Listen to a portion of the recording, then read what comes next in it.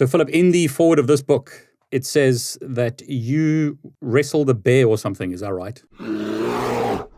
Apart from like doing ethical hacking. So you got to tell us about this bear story.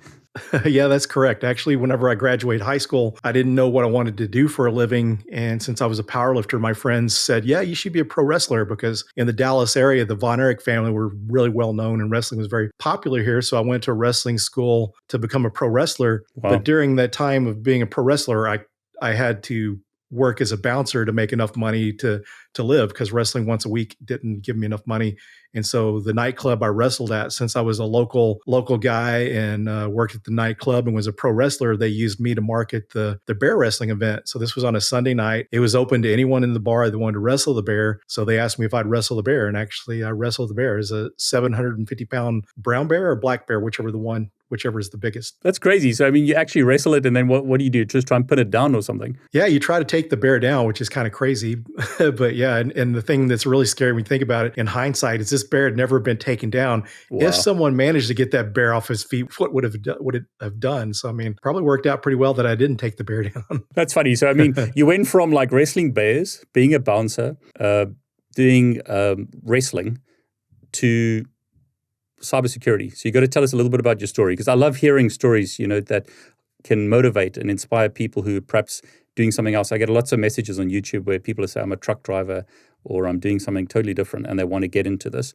So, I mean, tell us how that journey that you went through, and, is it possible for anyone to do this? Sure. And that's one of the reasons whenever I do a talk, especially when it's in regards to someone trying to get into cybersecurity or pen testing, I share my story from wrestling to cybersecurity. So when I was wrestling during that time, I'd got married and I needed a more stable job and something with benefits. So I had tried manual labor. I'd worked in jewelry sales. I'd put up fences, roofed houses, did all sorts of jobs. And I really hated it. I probably liked the jewelry sales better than the other things. I enjoyed selling because I guess I enjoy talking to people, but it just didn't pay enough. And so one day, since a lot of the jobs I did were night shifts, I was watching TV and I saw an advertisement for a trade school in the Dallas-Fort Worth area that taught AutoCAD, and always liked to draw as a kid. I took some drafting classes in high school, so I thought maybe this would be a career for me to pursue. So I went to the trade school, learned AutoCAD, got a job drafting, and up until that point, I had no exposure to computers because this is like back in '94. Once I got exposed to computers, I found out that I had more of a knack for the computer side of things.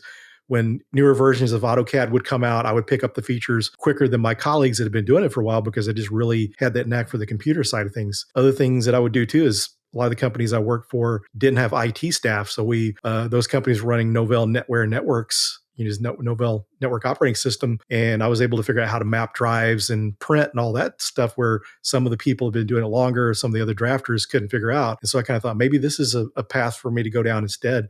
So I taught myself how to build computers, took a Novell NetWare CNE certification course, 90-day course, and then got my first IT job. And so it was kind of interesting. Leading up to that, I kind of saw that industry paid better than drafting because we were being billed out at $30 an hour. We made half of that. The company had to hire a consultant to come in and work on our server. They were billing $50 an hour. So I thought, if this guy gets paid the same percentage we do, he's making at least $10 an hour more than me. So that's what directed me into that. But while I was working in information technology as a sysadmin, I found out about security roles and I got interested in that and started pursuing that. So I worked as a sysadmin from 97 to the beginning of 2004. And then 2004, I joined our security team at a mortgage company I worked for. So I started out doing network security, did that for a little over a year. The company hired a CISO that had more of a modern idea of the way security groups should be siloed.